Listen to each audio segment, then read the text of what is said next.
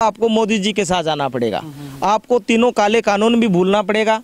आपको जो बेरोजगार नौजवान हैं जो रोजगार मांग रहे हैं उसको भी भूलना पड़ेगा। उनको छुपाकर सरपंच की आड़ के अंदर ये सत्ता में वापस आने का प्रयास कर रहे हैं। जब जरूरत थी कि राष्ट्रपति चुनाव के अंदर पूरे देश का विपक्ष एक तरफ होना चाहिए था, तब उन्होंने राष्ट्रपति का चुनाव भी बीजेपी के कैंडिडेट को दे दिया। अब उनकी मंशा ये है कि जहां दुष्यंत चौटाला जी को 10 सीटें आई है, वो 10 सीटें अब मैं ले जाऊं और अगली बार बीजेपी की झोली में मैं बैठकर सरकार में भागीदार बन जाऊं। प्रधानमंत्री की फोटो लेके बीमा कंपनी प्रधानमंत्री बीमा योजना आप नाम रख रहे हो और कहते हो प्राइवेट कंपनी की है। इसका मतलब प्रधानमंत्री प्राइवेट हो गया। 43,000 करोड़ रुपए किसानों के बीमा कंपनियों के पास गया।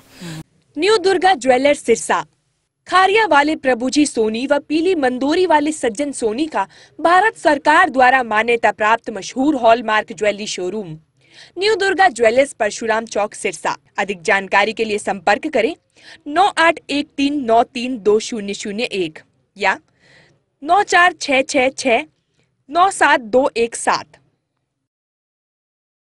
नमस्कार, स्वागत आपका के हरियाणा पे। मैं हूं आपके साथ रमेश जाखड़ और इस वक्त मैं मौजूद हूं कालांवाली विधानसभा क्षेत्र के अलग अलग गांवों का हम दौरा कर रहे हैं। विधायक शिषपाल खेरवाला हमारे साथ मौजूद हैं। लगातार दौरे जो है वो चल रहे हैं, तो इनसे बातचीत करते हैं और शिषपाल खेरवाला जी से खास बातचीत में हम जानेंगे कि आखिर क्या रीजन है और इसके अलावा कुछ राजनीतिक मुद्दों पे भी चर्चा जो है वो विधायक जी से करने वाले हैं। शिषपाल जी, कालांवाली क्षेत्र के विभिन्न गाँव का आप दौरा कर रहे हैं, क्या मुख्य कारण है? क्या कोई खास मकसद है या फिर वैसे नो?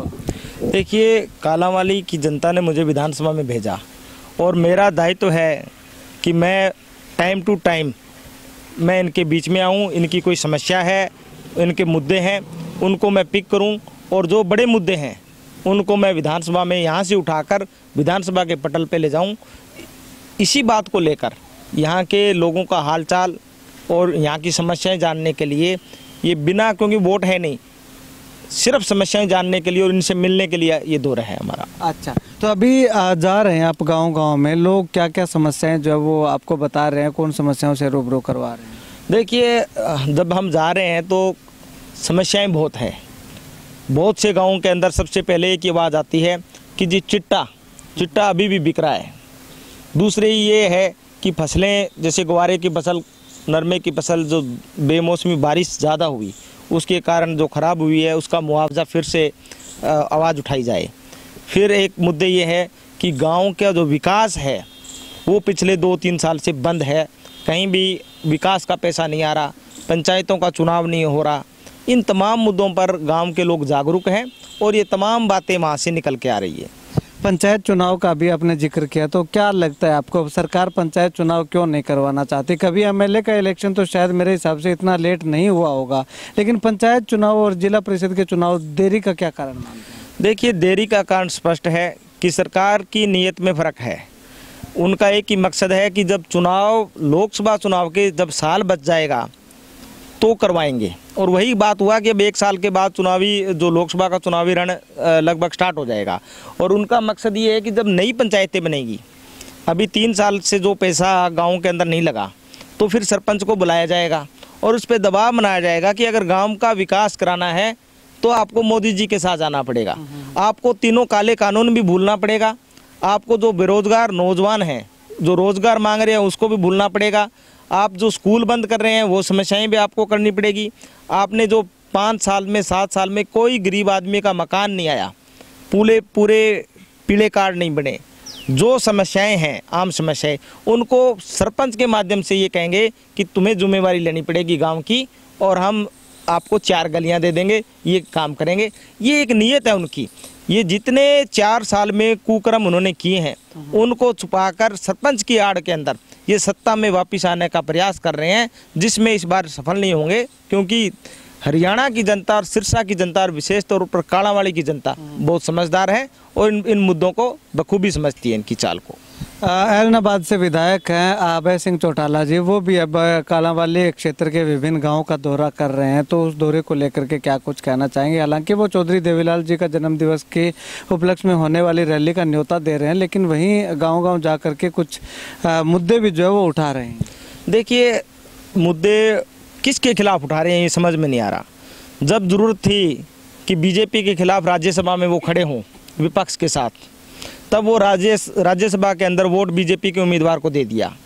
जब ज़रूरत थी कि राष्ट्रपति चुनाव के अंदर पूरे देश का विपक्ष एक तरफ होना चाहिए था, तब उन्होंने राष्ट्रपति का चुनाव भी बीजेपी के कैंडिडेट को दे दिया। वोट बीजेपी के कैंडिडेट को देना है। जब ज़रूरत पड़ती है, जब ज़रूरत पड़ी है, अविश्वास प्रस्ताव लेके आए चौधरी भूपेंद्र सिंह हुड्डा जी इस सरकार को गिराने के लिए, तब एक एक वोट की कीमत थी, तब उन्होंने इस्तीफा दे के अपना वोट है वो साइड में कर लिया। यानी जब बीजेपी के खिलाफ खड़े होने की बात होती है तो हमेशा वो बाहर हो जाते हैं। अब उनकी मंशा ये है कि जहां दुष्यंत चौटाला जी को 10 सीटें आई है, वो 10 सीटें अब मैं ले जाऊं और अगली बार बीजेपी की झोली में मैं बैठकर सरकार में भागीदार बन जाऊं। इसके अलावा और कोई मंशा नहीं है। आज सब पूरे हरियाणा को पता है कि इंडियन नेशनल लोकदल है वो ख़त्म हो चुकी है और उनकी लड़ाई चंद सीटों पे है, सिर्फ बीजेपी का भागीदार बनने के लिए। ठीक है। अब अगर बात करें तो कालांवाली में नशे की आपने बात कही और विधानसभा के पटल पे भी आपने बहुत अच्छे तरीके से उठाया था।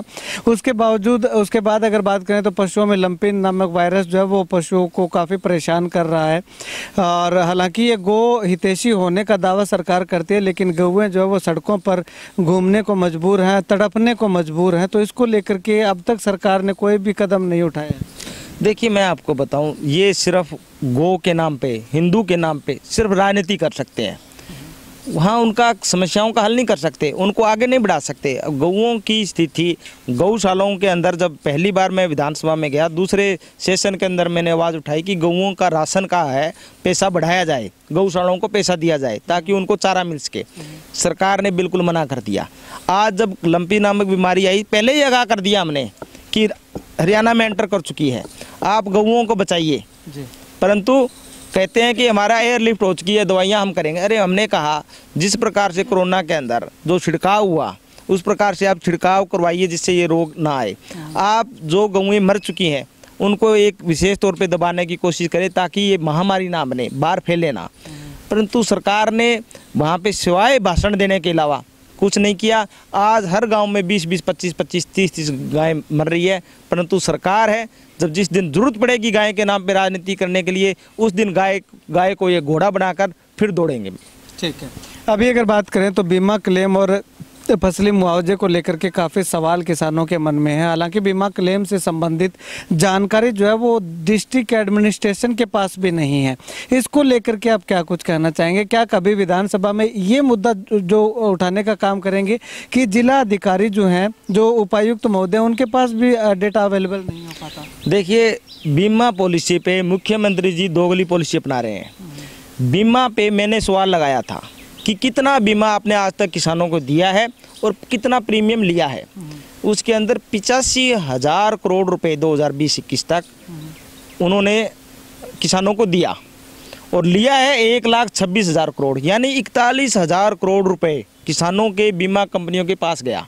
जब ये सवाल मैंने रखा तो मुख्यमंत्री ने बाद में जवाब दिया इसके लिए कि नहीं, हमने ज़्यादा दिया है।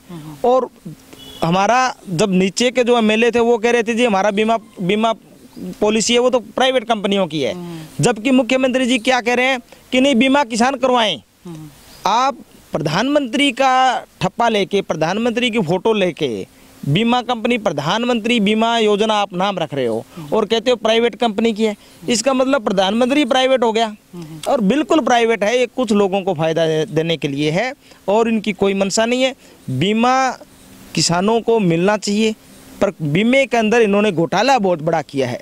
पहले 400 रुपये से स्टार्ट किया, आज 1840 रुपये प्रति एकड़ किसानों के खातों से काटा जा रहा है। और यह पॉलिसी है अपने जो चाहते हैं उनको फ़ायदा देने का। तो हमने ये सवाल उठाया भी है और भी उठाएंगे मजबूती के साथ, क्योंकि बीमा का पैसा है हमारे हल्के में बहुत सी जगह आया है, बहुत सी जगह बहुत कम आया है। कहीं तो 22-22 हज़ार रुपये हमने लाने का काम किया, हमने सवाल उठाया और उसके बाद सबसे पहले काड़ावाड़ी में देने का काम किया। कई जगह 900 रुपये भी बीमा मिला है। तो ये दोगला चरित्र है, ये नहीं चलेगा। आखिरी सवाल करूंगा। सरकार एक तरफ तो कहती है कि बेटी बचाओ बेटी पढ़ाओ, वहीं दूसरी तरफ सरकारी स्कूलों से अध्यापकों की संख्या कम की जा रही है। स्कूल जो है वो एक दूसरे के अंदर मर्ज किए जा रहे हैं। जहां पे 7-7 8-8 अध्यापक होने चाहिए वहां पे केवल 3 अध्यापक छोड़े जा रहे हैं कि वही जो है वो मिड डे मील का काम देखेंगे, वही क्लरिकल काम देखेंगे और वही बच्चों को पढ़ाएंगे, बाकी 4 और अध्यापकों की जगह। देखिए, जो आपने गांव में समस्या कही उसमें एक समस्या ये भी बहुत उठ के आई है कि स्कूल बंद किए जा रहे हैं। जहां 8 टीचर थे वहां 5 उड़ा दिए गए हैं और उनका नाम रखा गया कैप्ट कर लिए गए हैं। ये सरकार की मंशा है। स्कूल चल रहे हैं अलग से, एक नीचे आरएसएस की क्लासें, स्कूल आरएसएस के चल रहे हैं। और अभी कल ही मुझे पता लगा कि कालांवाली हल्के के भी गांव हैं, उनके अंदर भी अब वो कोशिश कर रहे हैं कि हम आरएसएस के स्कूल खोलें। आरएसएस के स्कूल खोले जा रहे हैं, जो बच्चों की पढ़ाई के स्कूल हैं वो बंद किए जा रहे हैं। और ये बार बार हमने विधानसभा में बड़ी मजबूती से माननीय चौधरी भूपेंद्र सिंह हुड्डा जी ने इस बात का पूरा विरोध किया कि आप स्कूल बंद मत कीजिए, परंतु मुख्यमंत्री जी इस बात को मानने के लिए तैयार ही नहीं है। वो कहते हैं कि नहीं, स्कूल बंद होने से ही देश बढ़ेगा, स्कूल बंद होने से ही प्रदेश बढ़ेगा। ये एक अलग सा मुख्यमंत्री हमने देखा है जो कह रहा है कि स्कूल बंद होने से, टीचरों की पोस्टें खत्म होने से कि बहुत बढ़िया होगा, और कहते हैं जी प्राइवेट स्कूलों में बच्चों को लगाओ, हम 700 रुपये देंगे।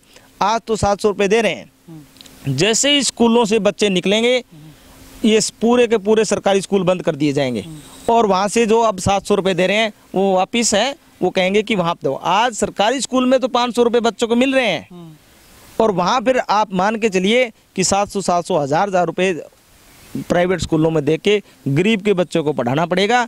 और जो मुनाफा आएगा उसमें आरएसएस और बीजेपी का हाथ होगा और उसी से उनकी सरकारें चलती है, उसी से वो एमएलए खरीदते हैं, उसी से वो एमपी खरीदते हैं, उसी से वो वोटरों को प्रभावित करते हैं। उनकी मंशा साफ है। ठीक, शुक्रिया बातचीत के लिए। तो आप इस इंटरव्यू को लेकर के शिषपाल केरवाला के साथ जो सवाल जवाब हुए हैं उनको लेकर के क्या कुछ कहना चाहेंगे कमेंट सेक्शन में कमेंट करके जरूर बताइएगा। और इस वीडियो को जितना ज़्यादा हो सकता है शेयर जरूर कीजिएगा ताकि हर नागरिक तक ये इंटरव्यू पहुंचे कि आखिर, क्योंकि इस इंटरव्यू में तमाम उन मुद्दों पे प्रकाश डाला गया जो आम आदमी के हितों को से जुड़ा हुआ है और आम आदमी जो है वो जानना चाहता है। तो ऐसे में इस इंटरव्यू को लेकर के क्या कुछ कहना चाहेंगे कमेंट सेक्शन में कमेंट करके ज़रूर बताइएगा। कैमरा सहयोगी मुकेश के साथ रमेश जाखड़, के हरियाणा।